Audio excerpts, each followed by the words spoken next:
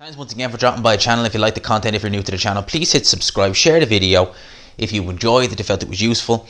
I've also just started a Patreon page. The link will be in the description below.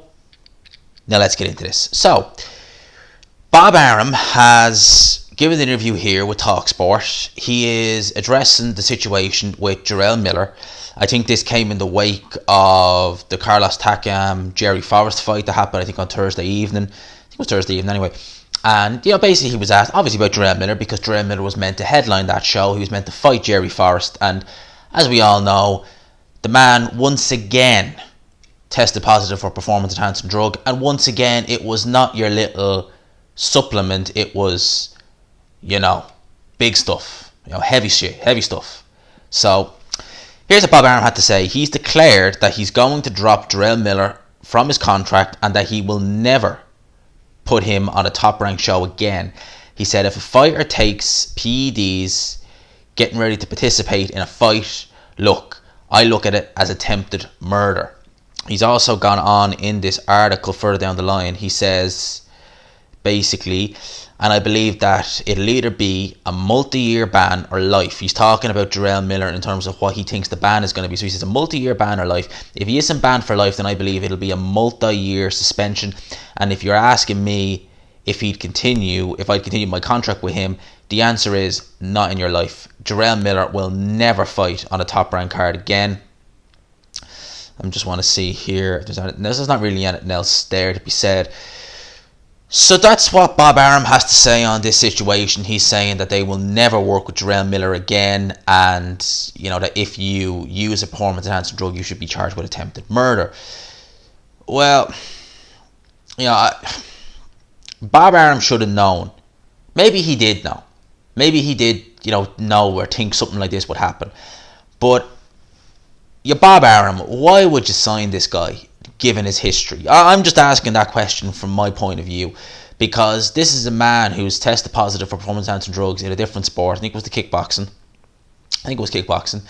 And then he tested positive for 3 banned substances, and they were heavy substances like GWA or HGH, Duradol, something else for the AJ fight. So he wasn't just taking your average, over-the-counter banned supplement. This guy was taking everything, and you had to physically inject it. And then he comes out and says, I don't know how it even got into my body. It's like those PEDs physically need to be injected. So, unless someone doesn't like you very much is doing it in your sleep, you're obviously doing it yourself. So Bob Arum should have known something like that. So for him to say that, drug cheats deserve this, or why'd you sign him in the first place? Why give him the opportunity? He didn't deserve this opportunity at all, given what happened with the AJ fight. So, why are you giving him a chance? He's saying that he reckons it'll be a multi-year ban or life. I think it's very difficult to impose a lifetime ban, Personally, that's what I'd like to see. I would love to see, and I say love to see, but I want to see Jarrell Miller banned. He needs to be banned for life. You can't have drug cheats in boxing, especially consistent drug cheats, because this is a man who, he's been popped in the lead up to AJ fight. He's been popped to fight Jerry Forrest. This is a man who does not feel comfy fighting clean. So if you give this guy a third chance, what do you think he's going to do? He'll get in there with another, lesser opponent, and what? He'll just do the exact same thing again. This is a man who can't fight clean. I think that's fair to say. So a lifetime ban, in my opinion, that's what he needs. Will he get the lifetime ban? Seriously doubt it. There's too many variables.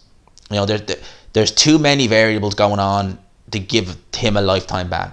There are 50 states in America, 50 different commissions with sanctioned fights.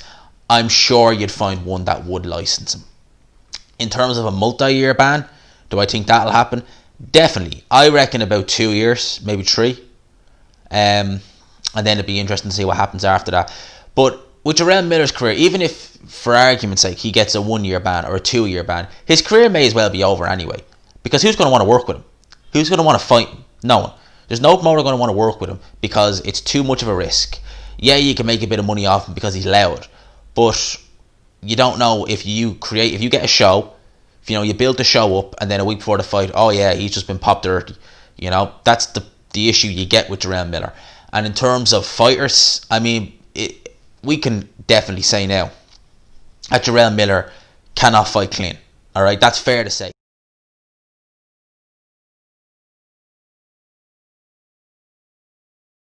Apologies peeps, the phone died.